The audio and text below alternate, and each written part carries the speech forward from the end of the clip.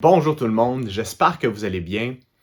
Aujourd'hui, j'ai envie de vous parler d'un sujet qui me touche de plus en plus, puis un sujet qui teinte beaucoup les séances de coaching que j'ai, autant avec les membres du Manovo qu'avec les employés. C'est vraiment au cœur de nos discussions. Puis, on parle de changement. Et je vais honorer un peu, avec un peu d'humour, le titre du podcast qui est La force de changer.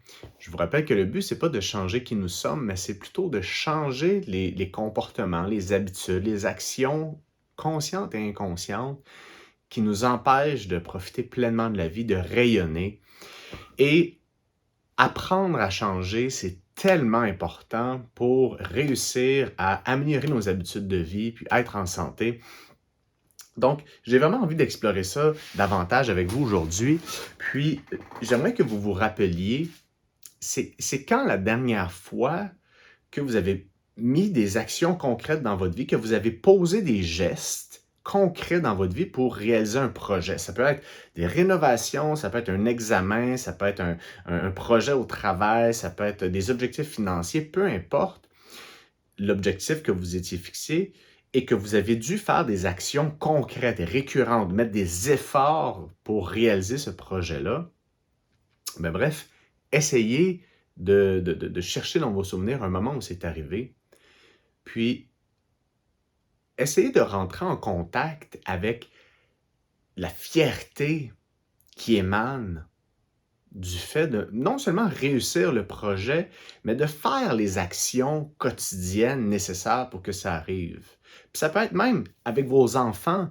Je veux dire, ça demande des efforts quotidiens, mais il y a des situations, il y a des journées, il y a des moments, avec toutes les difficultés qui viennent avec le rôle de parent, mais néanmoins, il y a ces moments-là qui vous font rendre fiers des gestes quotidiens que vous posez.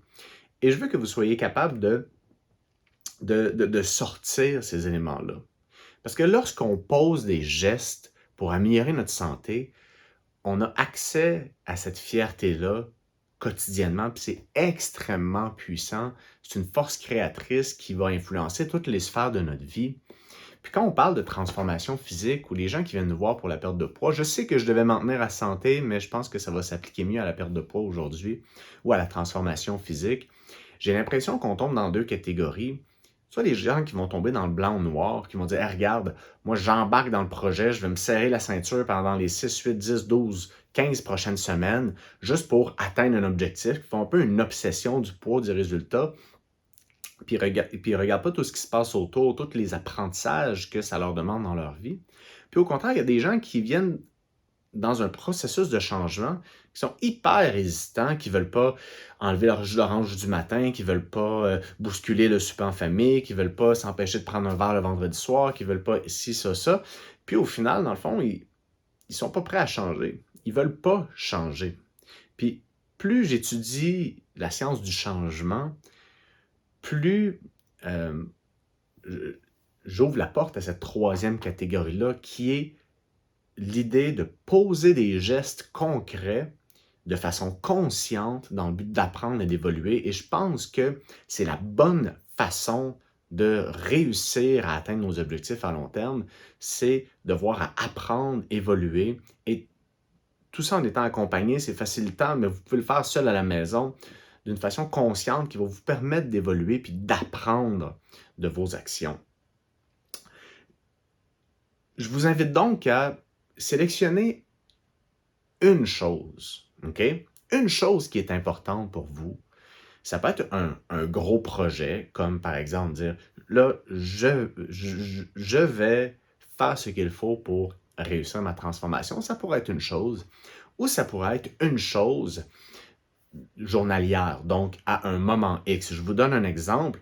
On avait un souper j'avais un souper dans ma belle famille hier soir, puis je me suis dit, il y a toujours des chips, des ci, des ça avant le souper, toujours des grignotines, puis c'est rarement santé, à part quelques crudités, mais je me suis dit, je vais me prendre une collation avant, puis consciemment, je vais m'assurer de ne pas manger toutes ces grignotines-là avant le souper, puis après ça, manger le souper, puis le dessert, puis sortir de table pleine. Donc, la seule attention que j'avais, c'était avant le souper. Et consciemment, je me suis parlé, j'étais présent à ce qui se passait à l'intérieur de moi pendant cet avant-souper-là, dans le but de poser des gestes, puis apprendre un peu plus et éclairer cette situation-là qui arrive souvent dans notre vie.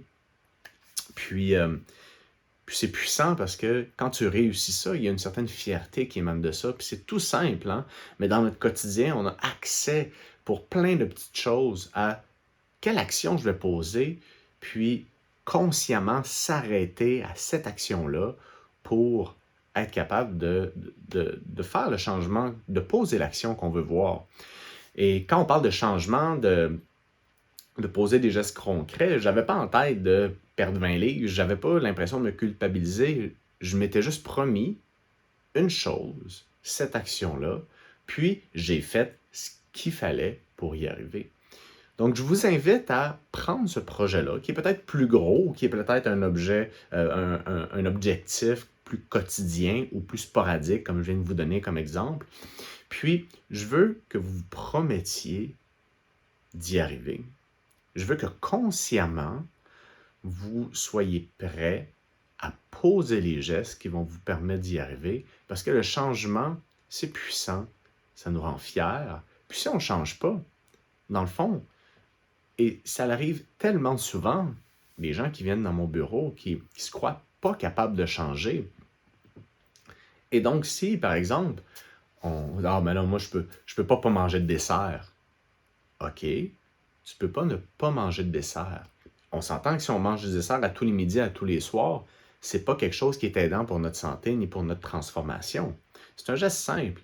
Mais pour certaines personnes qui s'accrochent énormément à ça, à ce moment-là, on est esclave.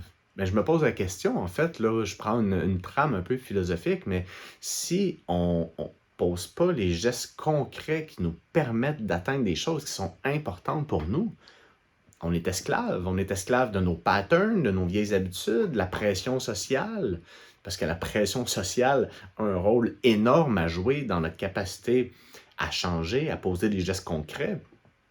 Parce qu'au moment où je vous donnais mon exemple dans ma belle famille, je me suis fait dire, non, Pierre-Hugues, tu ne manges pas X, Y. Donc, ça demande d'être capable de faire preuve de solidité intérieure, de confiance, d'amener un peu d'humour dans ces situations-là pour alléger une situation qui demande de nouveaux repères intérieurs parce qu'on s'expose au regard des autres, on fait différemment, puis on sait que l'humain est un peu suiveux, hein? Il aime ça quand ça va dans du connu, puis quand tout le monde fait un peu pareil, c'est moins dérangeant.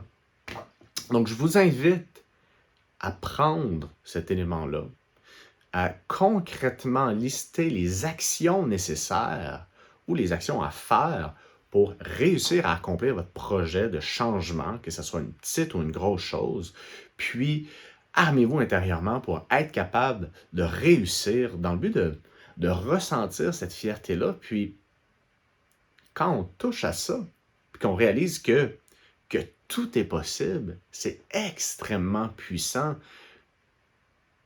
Puis je crois fondamentalement que d'explorer et de mettre à l'avant-plan cette dynamique-là, c'est un vecteur de réussite.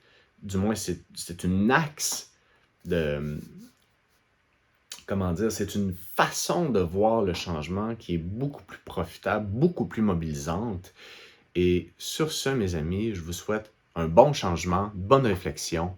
À bientôt.